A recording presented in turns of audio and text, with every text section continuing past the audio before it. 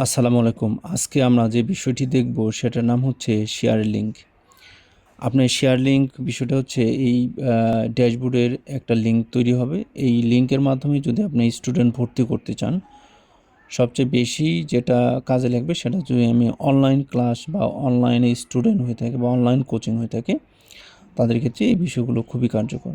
অথবা অফলাইন স্টুডেন্টও যদি আমি অনলাইনে ভর্তি করতে চান বা ফর্মের মাধ্যমে ডাটা কালেকশন করতে চান, তখন এই শেয়ারের লিঙ্ক বিষয়টি কীভাবে কাজে লাগে দেখেন। আমি বিষয়টি দেখে যখন আমি ক্লিক করতেছি, তখন এখানে একটা লিঙ্ক দেখা যাচ্ছে, এখানে কিউআর কোড দেখাচ্ছে, আর এখানে কোচিং সেন্টারের ব্যাচগুলো দেখাবে।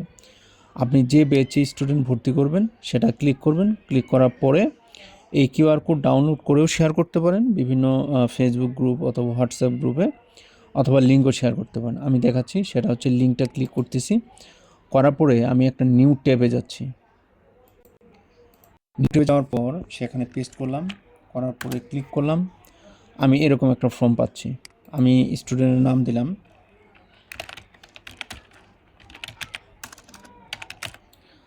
মিতা খান, মোবাইল নাম্বার দিলাম, মানে স্টুডেন্টরা কিন্তু এটা ফিল আপ করতেছে। অভিভাবক ফোন আমি দিলাম না, কলেজের নাম দিলাম একেএম এবং মর্নিং ব্যাচ। আমি যেহেতু মর্নিং ব্যাচের রিকোয়েস্ট পাঠিয়েছি, এখানে আমি সাবমিট করলাম। করার পরে স্টুডেন্টরা এখান থেকে সাবমিট করে দিল। এখন আমি আমার ড্যাশবোর্ডে যদি আমি এসে দেখেন, ড্যাশবোর্ডে আমি এখানে কিছু দেখতে পারবো না। তো এখানে ব্যাগে যাব, ব্যাগে যাওয়ার পরে যে দেখেন রিকোয়েস্ট, এটার মধ্যে ক্লিক করবেন। করার পরে আপনি ওই ফর্ম থেকে যে রিকোয়েস্টটা চলে এসেছে এখানে আপনি দেখতে পারেন যে মিতা খান, মোবাইল নাম্বার হচ্ছে তার এটা। এখন যদি তাকে অ্যাপ্রুভ করেন, তাহলে সে মূল স্টুডেন্ট হিসেবে অন্তর্ভুক্ত হবে, এবং মূল স্টুডেন্ট হিসেবে অন্তর্ভুক্ত যে হবে, তখন ওই মূল স্টুডেন্টে তাদেরকে একটু এডিট করে দিতে হবে, তাদের সাবজেক্ট সিলেক্ট করে দিতে হবে, তাকে পাসওয়ার্ড দিতে হবে।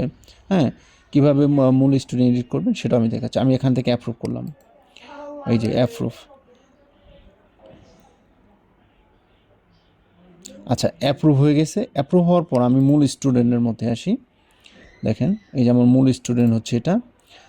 এই যে দেখেন মিতা খানন, এই চলে আসছে। এখন এর কিন্তু ব্যাচ মর্নিং ঠিক আছে, কিন্তু সাবজেক্ট এগুলো কিছুই নেই। এখানে যদি আমি এডিট করি, দেখেন এডিট করার পর তাকে একটা পাসওয়ার্ড সেট করে দিতে হবে।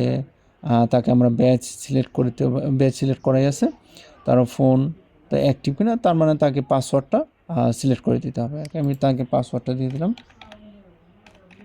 1 থেকে 6 পর্যন্ত পাসওয়ার্ড দিয়ে দিলাম। যেহেতু ব্যাচ সিলেক্ট করাই আছে, আমরা যদি ব্যাচ চেঞ্জও করতে চান, ব্যাচ চেঞ্জ করতে পারবেন। তাকে ইভিনিং ব্যাচ দিতে পারবেন, তাকে মর্নিং ব্যাচ দিতে পারবেন।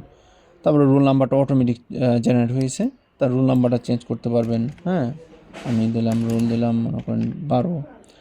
তারপরে অ্যাডমিশন ডেট, আজকের অ্যাডমিশন ডেট আসছে, আপনি অ্যাডমিশন ডেটটা চেঞ্জ করতে পারবেন। হ্যাঁ, সব কিছু চেঞ্জ করে আপনি যখন এটা সেভ করবেন, তখন তার পাসওয়ার্ডটাও চেঞ্জ হয়ে গেল, তার বেসটাও ম্যানেজ হয়ে গেল।